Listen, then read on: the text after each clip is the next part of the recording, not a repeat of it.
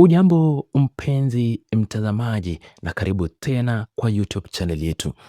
Ulingo wa kisiasa nchini Tanzania umeingia kwenye mtikiso mwingine mpya mkubwa na wa kusisimua mno kufuatia hatua ya mwanasiasa mzito, jasiri na mjumbe wa kamati kuu ya Chama cha Demokrasia na Maendeleo Chadema, Godbless Lema, kuvunja ukimya wa muda mrefu na kumtumia ujumbe mzito wenye hisia kali na wazi kabisa kwa aliyekuwa mwenyekiti wa baraza la wanawake la chama hicho Bawacha, Halima James Mdee.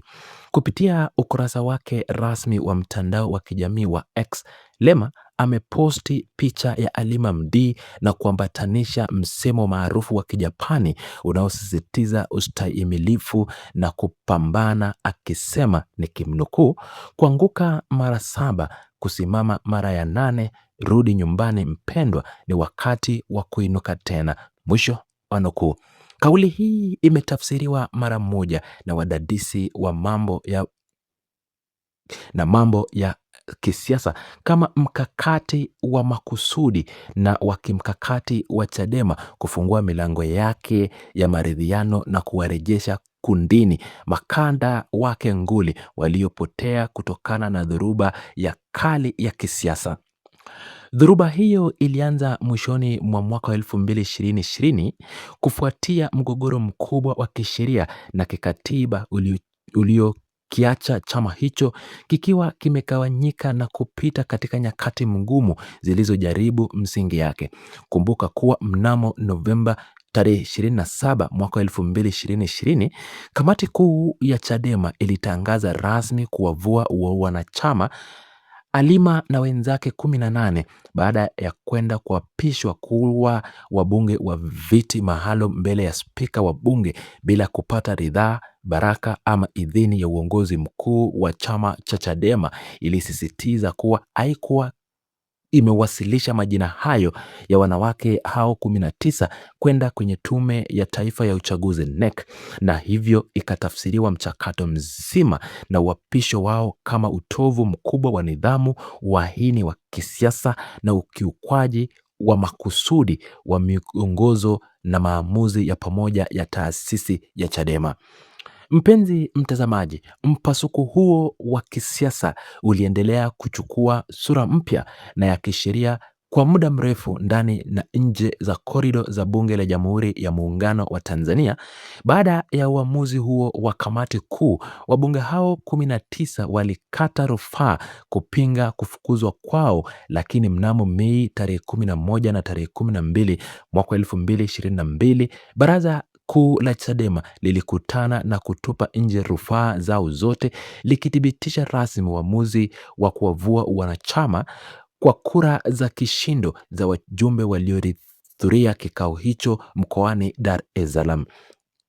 Pamoja na kufukuzwa huko, kundi hilo lililopewa jina wabunge 19 wa vita maalum lilijumuisha majina makubwa na ya mashuhuri kama Esther Matiko, Grace Tendeka, Cecilia Pasero, Esther Bulaya, Agesta Kaisa, Nusra Haji, Cheska Kishio, Mwanahawa Waifunga, Tunza Mabalo, Asia Mohamed, Felista Njao na Ngwenja Kabokaya, Sofia Mwanakenda, Kundi Majala, Stella Finyo, Astoria Teseo, Salome Makamba na Conchester Mwanzala liliendelea kuwasilia bunge kwa muda mrefu kutokana na tafsiri tofauti ya kisheria na kile kilichotajwa kama ulinzi kutoka kwa uongozi wa Bunge la Jamhuri ya Muungano wa Tanzania.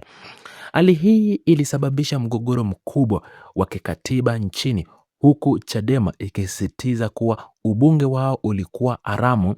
kwa kuwa hawakuwa na wanachama wa chama chochote cha kisiasa kama ibara ya 67 ya katiba inavyoelekea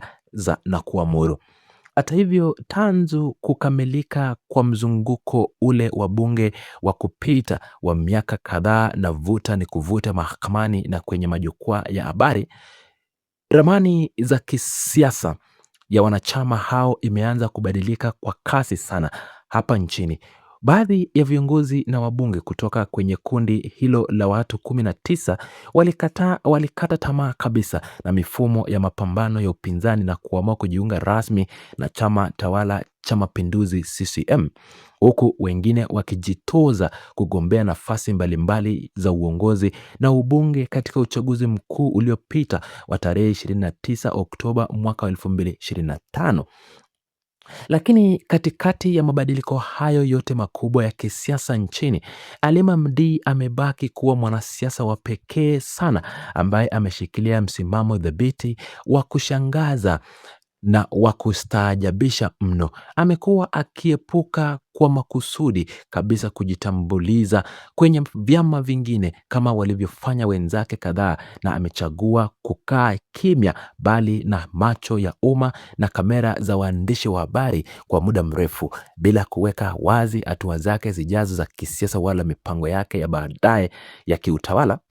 Mara zote alipopata nafasi ya kipekee ya kuzungumza na vyombo vya habari, Mdee amekuwa akisisitiza kwa hisia kali kuwa ndani ya moyo wake yeye bado ni mwanachama safi wa Chadema na hawezi kamwe kuvuta historia ya utumishi wake uliotukuka na uliodhahimu kwa miongo kadhaa. Wito huo wa sasa uliotolewa na Godbless Lema unakuja kama taa ya kijani, ishara ya amani na fursa adhimu kwa Halima Mdee kurejea kwenye uwanja wa mapambano wa chama alichokisiaisi sana, kukilinda na kukijenga kwa nguvu, akili na miaka mingi ya jasho na damu. Wafuasi na wanachama wengi wa Chadema kote nchini wamekuwa wakionyesha shauku kubwa na kutamani kuona simba huyu wa kike akirejea jukwani kwa mara nyingine, wakiamini kuwa uwezo wake wa kipekee wa kujenga hoja, ushawishi wake mkubwa kwa akina mama na vijana, uzoefu wake wa kisiasa ni vitu vinavyohitajika kwa sasa kuimarisha upinzani nchini Tanzania. Kauli ya Lema ya It's time to rise again inaonyesha kuwa sasa uongozi wa juu wa Chadema uko tayari kabisa kuweka kando makovu yote ya nyuma, kusameheana makosa yaliyopita na kusonga mbele kwa ajili ya mustakabali wa demokrasia. Mazingira haya mapya ya kisiasa yanasalia kuacha swali moja kubwa, zito na la msingi miongoni mwa wanachambuzi wa siasa na wananchi wa kawaida. Je, Halima Mdee ataitikia wito huo wa kihistoria kutoka kwa uongozi wa juu wa chama chake cha zamani, au kuchukua hatua ya kurejea rasmi nyumbani na kuanza ukurasa mpya wa kisiasa, au ataendelea kusalia kimya na kuangalia mchezo wa kisiasa kwa mbali kama alivyofanya katika miezi za hivi karibuni?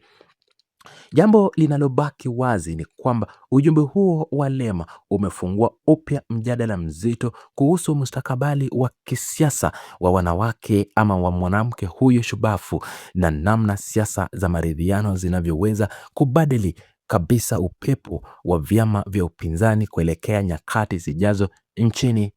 Tanzania.